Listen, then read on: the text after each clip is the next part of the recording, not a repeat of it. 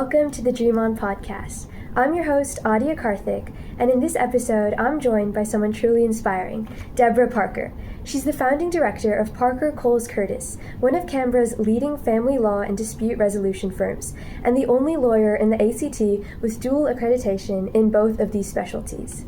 Debra was recently awarded the 2025 Mediator of the Year and crowned the 2025 Businesswoman of the Year, two huge honors that recognize her incredible leadership and impact. She's also one of the biggest trailblazers for women in Australian law. In 1991, she became the first female partner at Snedden Hall and Gallup, one of the country's major law firms. Since then, she has personally overseen thousands of mediations, helped countless families, and built a firm rooted in empathy, fairness, and community spirit. Her work continues to empower women and change lives across our community. Today, we'll talk about her dream, how she turned it into a reality, the challenges she's faced along the way, and what advice she has for anyone who's chasing their own dream. So, let's get started. Sure. Okay. Debra, thank you so much for joining us. Oh, thank you for that amazing introduction, Nadia. No, of course.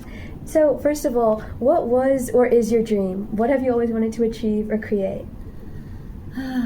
Well, I've always wanted to make a difference, I think. And I've always had a very keen sense of justice and what is right and what is wrong ever since a very young age. Yeah, so law was a natural profession for me to want to go into. Yeah, nice. Because of that. Yeah. And has that dream been the same since childhood, or has it changed along the way? No, it's always been there. Yeah. So yeah, nice. law was my chosen profession, and nice. so I was lucky enough to get into law at Adelaide Uni. Yeah. And how did you have the courage to chase it and build, your own firm? Yeah. I think persistence and work ethic is really important, and a strong work ethic was really given to me by my parents, also by the school that I went to, which was a great school, and encouraged leadership in women. So I think that helped me to get up again after you've been challenged, because life is not just one easy roadway. There are lots of obstacles that we have along the way that we need to overcome, and sometimes we can really get knocked out and feel like we can't get up again. But being able to get up again, I think, is what really defines us. Being able to say, yes, I can get up today and face the world again and overcome these difficulties.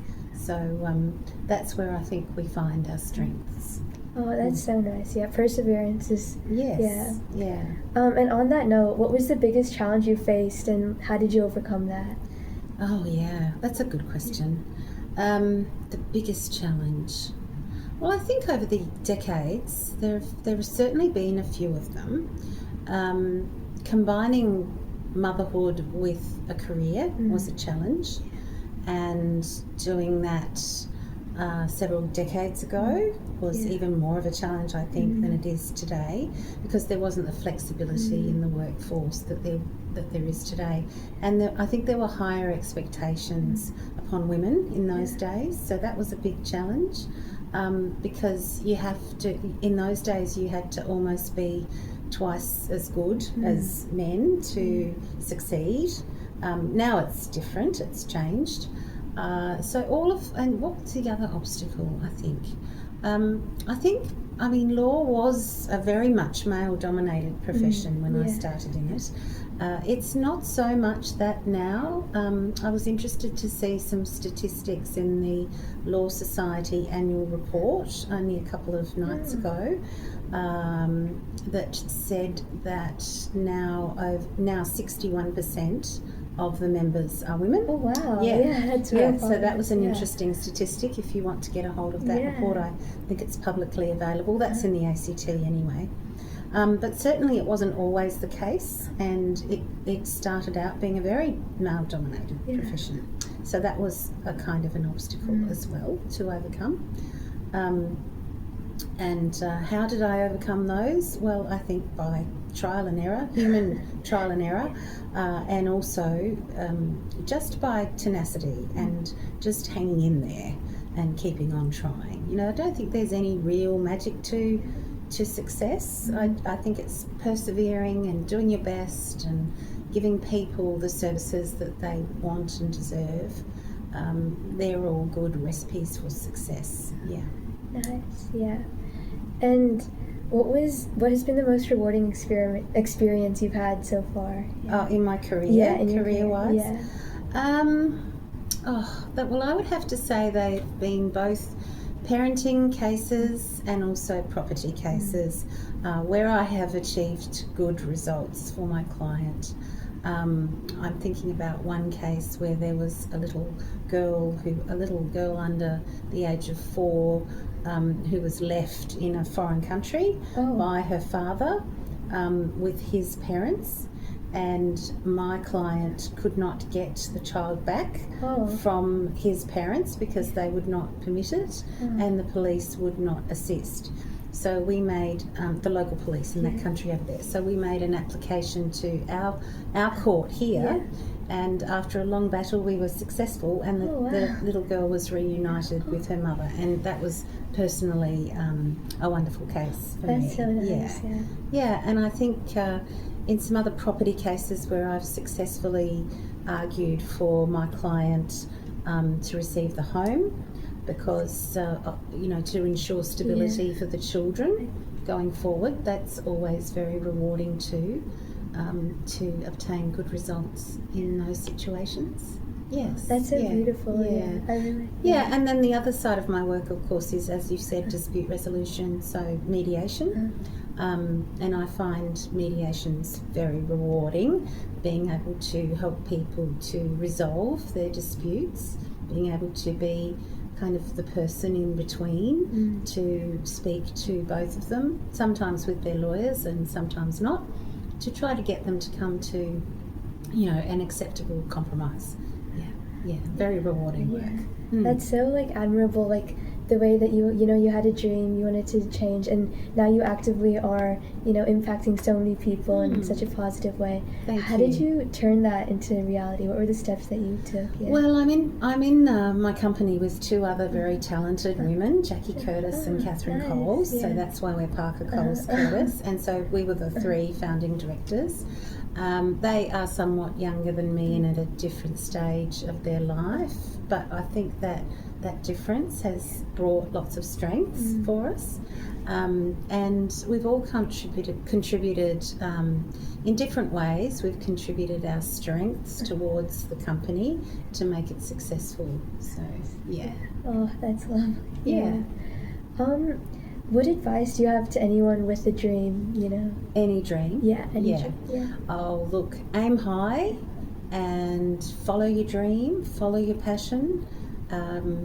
It won't always be smooth sailing. There will be some bumps along the way, but if you can deal with those and expect those and have the courage to get up and face it again, then you'll do well. Yes, so, aim high, work hard, be responsible, and give your clients the best service that you can give them, and you'll get rewards from that. Yes, that's beautiful. Yes.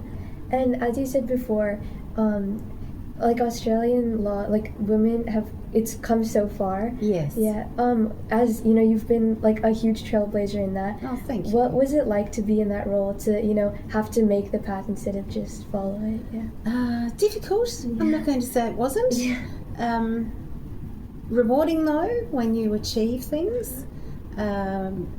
Always pushing to achieve the next goal. So, for example, joining committees on the Law Society where you can make a difference. I was on the Family Law Committee for a while, and on various other committees on the Law Society, the Dispute Resolution Committee, etc., and just contributing in that way to policy changes, questions that might be asked of the Law Society by the ACT government. Also being involved in community organisations as well has been very empowering too, because helping people who are less privileged than us gives us a lot of insight, I think, into providing good legal services. That's so true. Yeah. What would you say are the main values or principles that you need in order to achieve your dream, to leave a real lasting impact on people?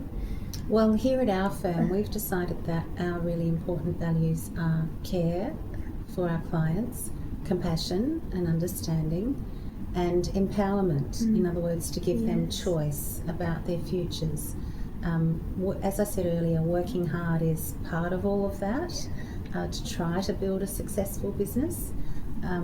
But those three values are the ones that we've identified as being the most important for us: providing excellent service and caring for our clients, being empathetic and compassionate when doing so, and also providing them with choice about options going forward, so they don't feel like they can't make a valid decision. So they feel empowered to choose where they might go after, say, a relationship breakdown or something like that.